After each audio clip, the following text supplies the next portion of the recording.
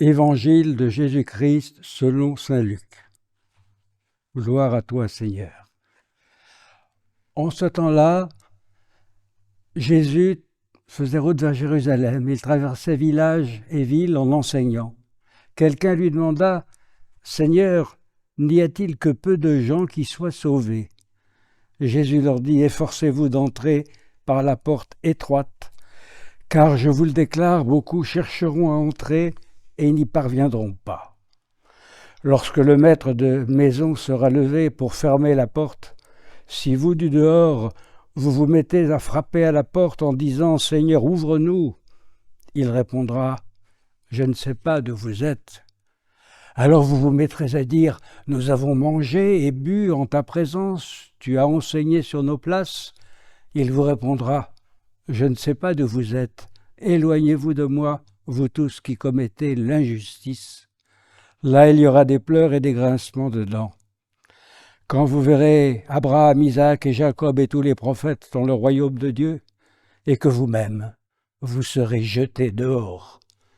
Alors on viendra de l'Orient et de l'Occident, du Nord et du Midi, prendre place au festin dans le royaume de Dieu. Oui, il y aura des derniers qui seront premiers et des premiers qui seront derniers. Acclamons la parole de Dieu. Louange à toi, Seigneur Jésus. La question du nombre des élus a toujours tourmenté les hommes aux époques d'intenses réflexions religieuses. Ce fut le cas à l'époque de Jésus, puisque plusieurs passages du Nouveau Testament y font allusion. Ainsi, la conclusion de la parabole du festin des noces dans l'évangile de saint Matthieu, différente de celle de Luc, se terminant par « Certes, la multitude est appelée, mais peu sont élus ». Saint Augustin, commentant notre passage, va un peu dans le même sens, mais en orientant justement sur ce que veut nous dire saint Luc. Je vous cite saint Augustin. Vous vous rappelez la question qui vient de nous être rappelée dans l'Évangile. Seigneur, y a-t-il dit, est-ce que les élus sont peu nombreux? Que répond le Seigneur? Il ne dit pas qu'au contraire les élus sont en grand nombre. Non. Mais après avoir entendu cette question, est-ce que les élus sont peu nombreux? Il réplique, efforcez-vous d'entrer par la porte étroite. N'est-ce pas confirmé dans l'idée du petit nombre des élus? Et pour renforcer son propos, il y rajoute les versets parallèles de saint Matthieu. Entrez par la porte étroite, large est la porte et spacieux le chemin qui mène à la perdition, et nombreux sont ceux qui s'y engagent. Mais combien étroite est la porte et resserré le chemin qui mène à la vie, et peu nombreux ceux qui le trouvent. Augustin ajoute, toujours dans le même sermon, « Je vois du nerf, et mes yeux y cherchent le grain. On l'aperçoit difficilement, tant qu'il est sur le fléau, mais viendra le moment où le vanner. Et c'est ainsi que, comparés aux réprouvés, les élus sont en petit nombre, tandis que considérés en eux-mêmes, ils formeront une quantité considérable lorsque le vanneur viendra le vent à la main, nettoyer son air, serrer le froment au grenier et brûler la paille au feu inextinguible. Quand donc l'air sera vanné, quand cette multitude sera séparée de la foule des impies, la masse purifiée des élus commencera à régner avec le Christ. Par conséquent, mes frères, si j'ai ici de bons grains devant moi, s'ils comprennent ce que je dis et sont prédestinés à l'éternelle vie, et je pense que cela vous concerne, qu'ils s'expriment par leurs œuvres plutôt que par des applaudissements. » Fin de citation. Ainsi les élus seront nombreux, mais bien moins que les damnés. Aussi doivent-ils faire des efforts. Nous sommes devant la porte étroite, comme les auditeurs de saint Augustin et de saint Luc. Toujours pour montrer que le salut s'adresse à tous, Luc veut nous faire comprendre qu'il faut espérer jusqu'au bout et pour cela lutter. Ce n'est pas un hasard s'il est le seul évangéliste à nous raconter l'histoire du bon larron, crucifié auprès de Jésus, sauvé in extremis par la porte plus qu'étroite des derniers moments d'agonie sur une croix. Ne nous laissons donc jamais écraser par des spéculations sur le petit nombre d'élus, ni découragés par ce qui peut nous apparaître comme une grande porte fermée, à savoir notre faiblesse et la somme de nos péchés placés devant les exigences du Christ.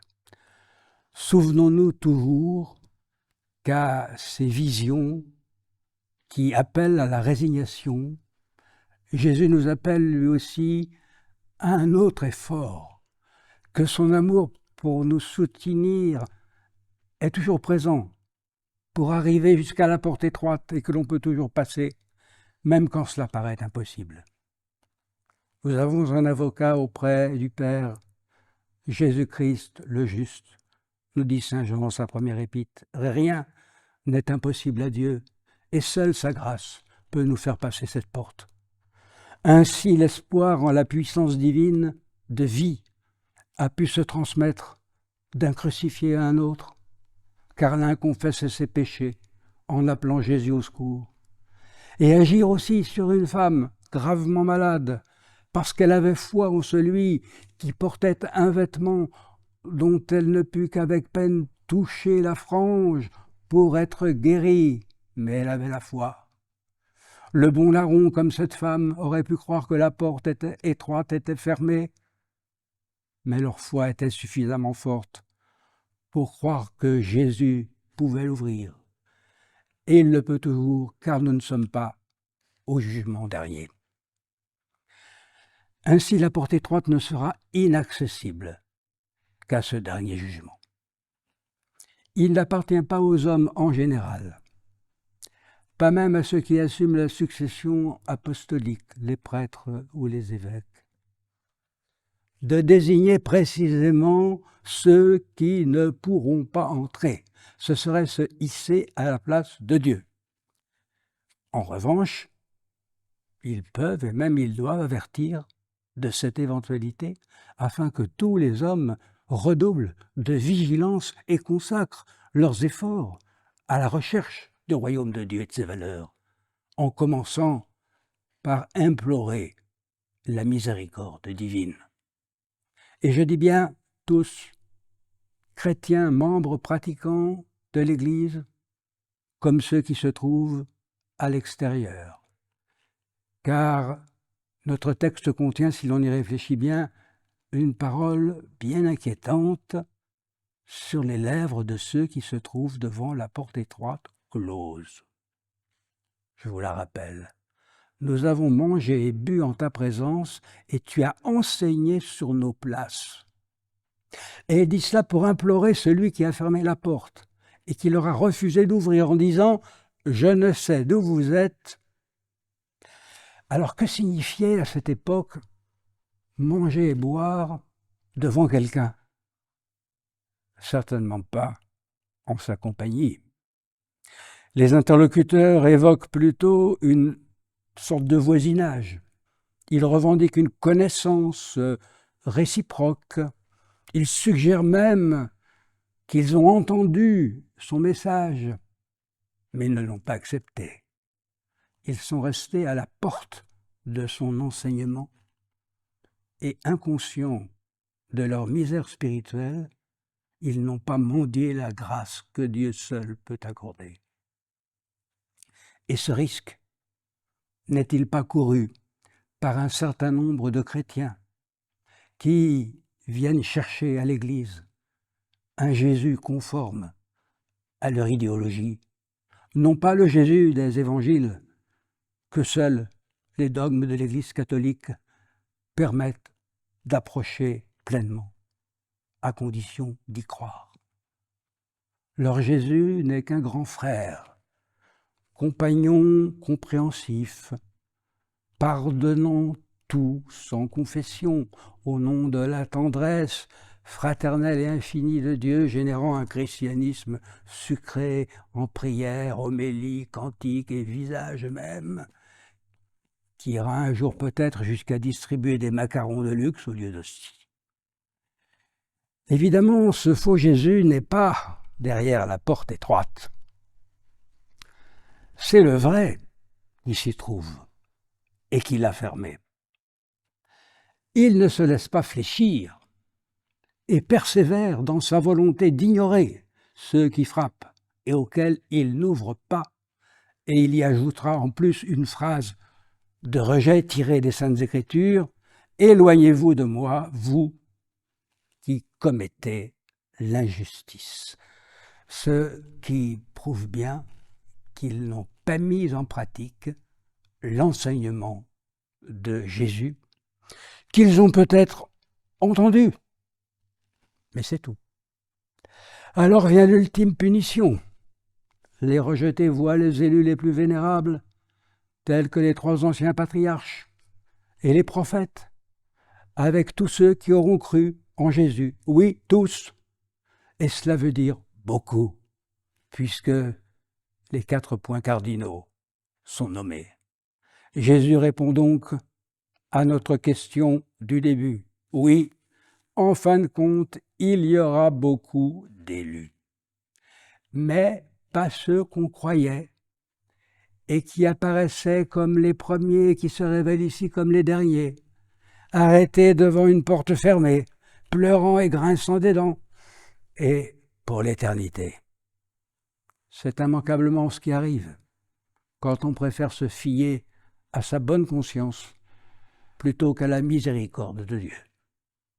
Quand on ne peut pas dire, comme l'avait dit le réformateur protestant Luther juste avant de mourir, « Nous sommes tous des mendiants », c'est la vraie vérité.